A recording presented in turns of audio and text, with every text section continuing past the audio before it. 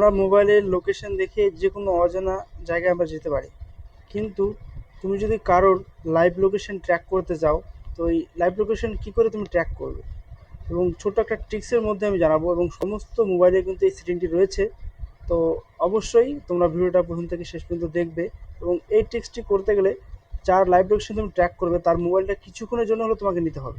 নেওয়ার পরে তুমি কিন্তু এই লাইভ লোকেশন ট্র্যাক করতে পারো। তো তোমাদেরকে দেখাবো যে কী করে তোমার লাইভ লোকেশন ট্র্যাক করবে। আমরা মোবাইল স্ক্রিনে চলে আসবো, আসার পরে যে গুগল ম্যাপ অপশনটি রয়েছে এখানে ক্লিক করব।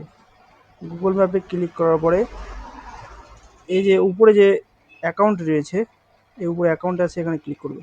ক্লিক করার পর এখানে শেয়ার লোকেশন শেয়ারিং যে অপশনটি রয়েছে এখানে ক্লিক করবেন। ক্লিক করার পরে শেয়ার লোকেশন অপশনটি ক্লিক করবেন।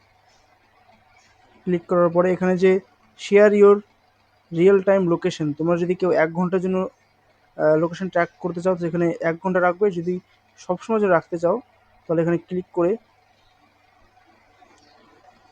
Until your turn this of যে অপশনটি রয়েছে এখানে ক্লিক করবে। ক্লিক করার পরে তোমার এখানে যে হোয়াটসঅ্যাপ আসবে, তো আমার এখানে হোয়াটসঅ্যাপ চিহ্ন দেখাচ্ছে না, তো হোয়াটসঅ্যাপ চিহ্নতে ক্লিক করে তোমরা যাকে তোমার কাছে সেন্ড করে নিয়ে নেবে। নেওয়ার পরে তোমরা কিন্তু তার লাইভ লোকেশন ট্র্যাক করতে পারবে। এবং এরকম আরও ইনফরমেটিভ ভিডিও পেতে আমার সঙ্গে যুক্ত থাকুন।